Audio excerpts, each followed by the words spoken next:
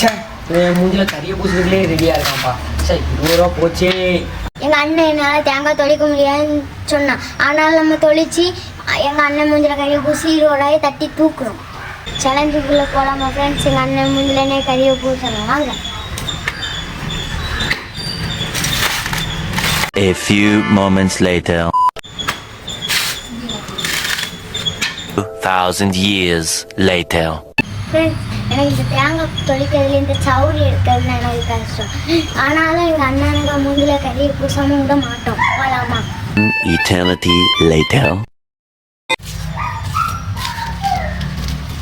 இப்போ பார்த்தியாடா?